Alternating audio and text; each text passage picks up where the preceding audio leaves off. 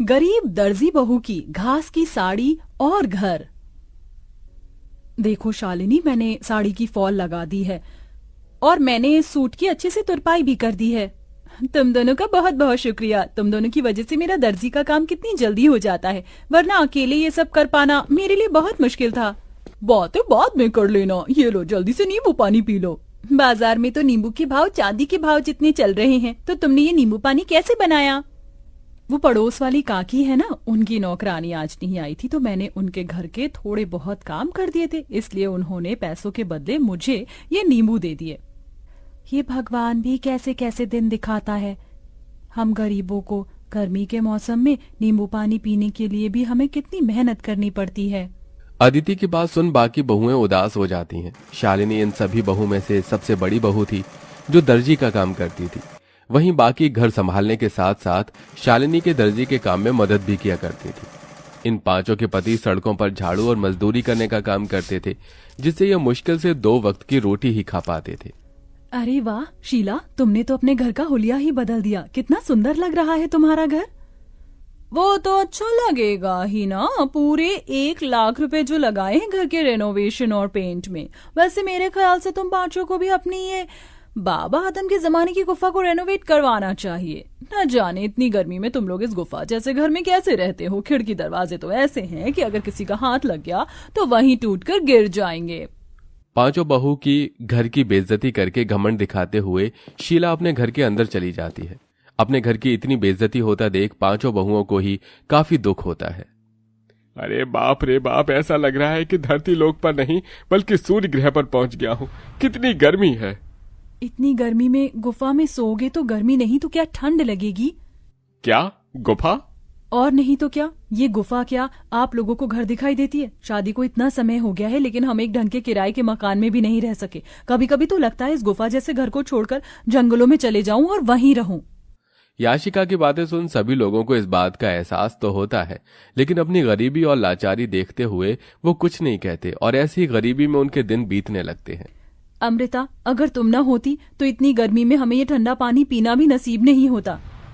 जमीन ठंडी रहती है ना, इसलिए मैंने पानी के मटके रखना शुरू कर दिया था ताकि कड़ी से कड़ी गर्मी में भी हमें ठंडा पानी मिल सके।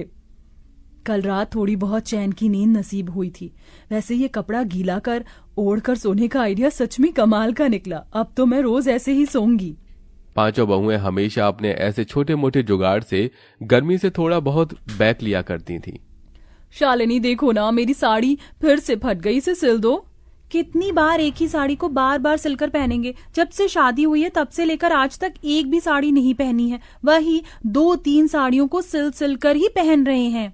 अदिति इतना बोल ही रही होती है कि तभी उन्हें बाहर से साड़ी वाले की आवाज आती है, जिसे सुन पांचों बहुएं जैसे ही बाहर आती हैं। अरे भाई साहब, ये नीली वाली साड़ी दिखाइए। अरे बहन जी, आप लोग वहाँ क्यों खड़ी हैं? देखिए मेरे पास एक से बढ़कर एक साड़ियाँ हैं, बनारसी, सूती, लखनवी, जरी वाली। बताइए कौन सी साड़ी दिखाऊं? अरे भाई साहब जी, आप किन से साड़ी लेने के लिए पूछ रहे हैं जो एक ही फटी हुई साड़ी को सिल कर पहनती हैं? इनकी एक सूती की साड़ी लेने की तो औकात नहीं है। ये क्या ही महंगी साड़ियां लेंगे।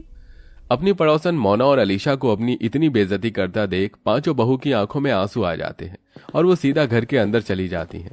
पांचों बहुएं इस गर्मी और गरीबी से परेशान हो चुकी थीं। पांचों बहुएं आंगन में बैठ एक दिन झाड़ू बर्तन कपड़े कर रही होती हैं कि तभी अचानक जोरों से हवाएं चलनी शुरू हो जाती हैं। लगता है बहुत जोरों से तूफान आने वाला है। चलो जल्दी घर के अंदर चलते हैं। पांचों बहुएं जैसे ही घर के अंदर जाने लगती हैं कि तभी तेज आंधी की वजह से उनके घर की छत उड़ जाती है और साथ ही साथ उनके घर की दीवारें भी टूटकर बिखर जाती हैं। हे भगवान, ये तूफान गांव में नहीं बल्कि हमारी जिंदगी में आया। अब हम लोग कहाँ रहेंगे? अपने घर के टूट जाने की वजह से पांचों बहुएं बहुत रोती हैं।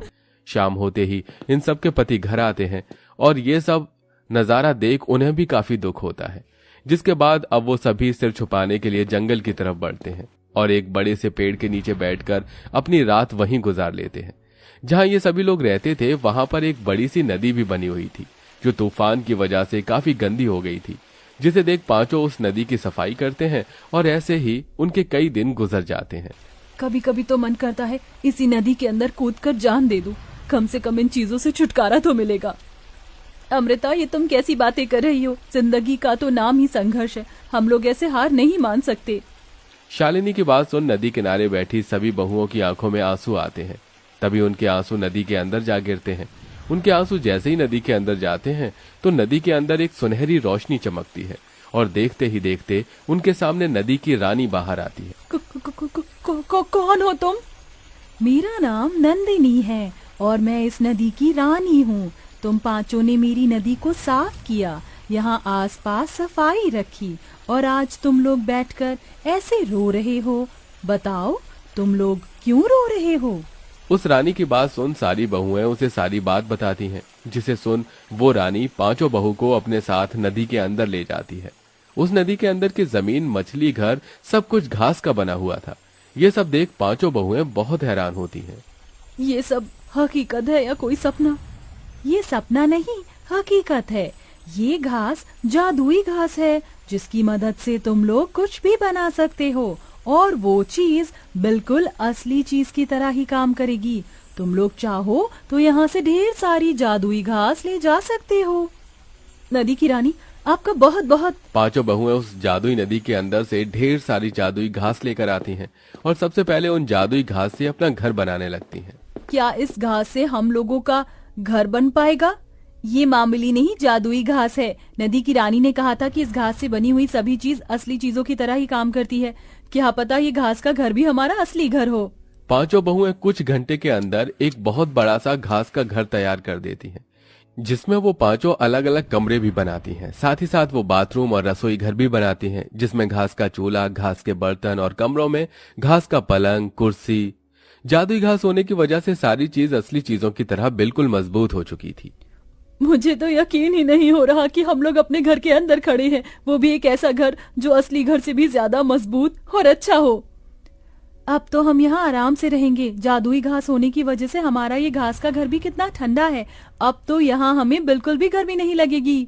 पांचों बहुएं अपने अपने पतियों के साथ आराम से घर में रहती हैं और ऐसे ही कुछ दिन गुजर जाते हैं। सच में अब तो हद हो गई है। मन कर रहा है ये बची कुची साड़ी ले जाकर फेंक दूं। क्या हुआ अदिति, तुम इतने गुस्से में क्यों हो? गुस्सा ना करूं तो खुशी के मारे नाचूं। उस दिन तुमसे साड़ी सिलवाई थी, देखो आज फिर से ये साड़ी फट गई। अदिति की बात सुन शालिनी के मन में एक ख्याल आता है, जिसके बाद शालिनी दोबारा उस जादुई नदी के अंदर जाती है और वहां से ढेर सारी जादुई घास लेकर आती है और अपनी सिलाई मशीन पर बैठकर कुछ घंटे के अंदर ही घास की बनी हुई 5 साड़ियां तैयार कर देती है। साड़ियों के बॉर्डर पर वो तरह तरह के फूल भी लगाती है, जिसके बाद अब जैसे ही पांचों बहुएं उस घास की साड़ियों को पहनती हैं, इस घास की साड़ी को पहनकर तो ऐसा लग रहा है कि मानो जैसे मैंने रुई की साड़ी पहन रखी हो। अब इन घास की साड़ियों में हमें बिल्कुल भी गर्मी नहीं लगेगी और हम आराम से रहेंगे। पांचों बहुएं उस घास की साड़ियों को पहनकर काफी खुश होती हैं। जिस तूफान से इन पांचों का घर टूटा था, उस तूफान में गांव में और भी कई लोग थे जो बेघर हो गए थे। ये सब देख पांचों बहुएं उन लोगों के लिए जादुई घास से घर बनाती हैं। अरे आप लोग तो हमारे लिए देवी हो। जो चीज सरकार और अमीर लोग न कर सके वो आपने कर दिया। आपका एहसान हम कैसे चुकाएंगे। जादुई घास के घर बनाने के साथ साथ पांचों बहुएं गरीब औरतों के लिए घास की साड़ियां भी बनाती हैं, जिन्हें वो काफी सस्ते दामों में बेचती हैं। बरसों से सपना था कि सूती की साड़ी लूंगी, लेकिन हमेशा पैसों की कमी की वजह से ना ले सकी। लेकिन आज आपकी वजह से मैं रुई जैसी मुलायम साड़ी पहन सकूंगी। आपका बहुत बहुत शुक्रिया। जरूरतमंदों की मदद कर पांचों बहू काफी खुश थीं। वो घास की साड़ी बेचकर थोड़े बहुत पैसे भी कमा लिए थे, जिनको अब वो बुटीक में लगाती हैं और बुटीक खोलती हैं। घास की तरह तरह की ड्रेस बनाकर बेचती हैं और अब उन सब के पति अपना खुद का काम शुरू कर देते हैं, जिससे अब धीरे धीरे उनकी जिंदगी सही राह पर आने लगती है।